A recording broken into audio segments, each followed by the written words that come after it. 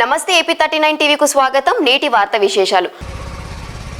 నా పేరు చంద్రశేఖర్, పవిత్ర filling station రాయదు. ఈరోజు ఉదయం 10:30-11 ప్రాంతం నుంచి ఒక వ్యక్తి నుంచి ఒక కాల్ వచ్చింది నాకు.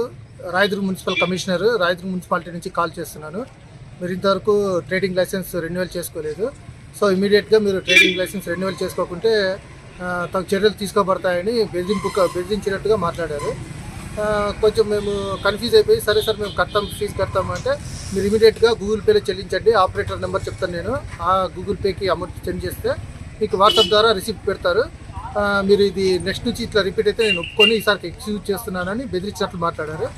సరే అని నాకు డౌట్ వచ్చి కొద్దిసేపు నేను ఊరికే కట్ చేసి ఊరికే అయిపోతే మళ్ళీ కాల్ చేసి మళ్ళీ సేమ్ రిపీట్ చేస్తాను, మీరు మీకు రిమైండ్ చేస్తే మీరు పట్టించుకోరా అని అడిగితే మళ్ళీ వాట్సాప్లో ఒక నెంబర్ పెట్టారు, ఈ నెంబర్కి గూగుల్ పే చేయండి అని. నాకు డౌట్ వచ్చి కొద్దిసేపు తర్వాత మళ్ళీ అలాగే ఆగితే మళ్ళీ చేసి ఈ నెంబర్ పనిచేయట్లేదు సార్, నాకు గూగుల్ పే వేరే నెంబర్ ఉంటే సెండ్ చేయండి అంటే, మీరు పట్టించుకోవట్లేదు, మీకు మీద చర్యలు తీసుకోవాల్సి వస్తుందని బెదిరింపుగా మాట్లాడారు. నాకు అనుమానం వచ్చి మన మున్సిపల్ కార్యాలయంకి వచ్చి మున్సిపల్ కమిషనర్ గారితో మాట్లాడి ఆయనకి రాతపూర్వకంగా ఒక కంప్లైంట్ ఇచ్చాను.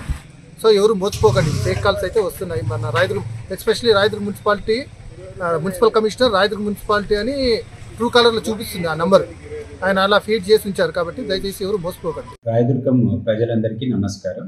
ఈరోజు ఉదయం నుంచి కూడా పట్టణంలోని కొంతమంది వ్యాపారస్తులకి, ప్రజలకి ఈ సైబర్ నేరగాళ్ళు కాల్ చేసి, మీకు ఈ మున్సిపల్ ఆఫీస్కి సంబంధించినటువంటి బకాయిలు ఉన్నాయి, మీరు మాకు ఫోన్పే చేయండి అని చెప్పి ఫోన్ నెంబర్ ప్రొవైడ్ చేయడం జరుగుతుంది. సో మీరందరూ కూడా గమనించాల్సిన అంశం ఏమంటే, మున్సిపల్ ఆఫీస్కు ఎటువంటి గూగుల్ పే కానీ ఫోన్పే సౌకర్యం కానీ లేదు. సో ఖచ్చితంగా మన ఆఫీస్లో ఉండే క్యాష్ కౌంటర్లో అమౌంట్ కట్టి దానికి సంబంధించినటువంటి రసీదు తీసుకోండి.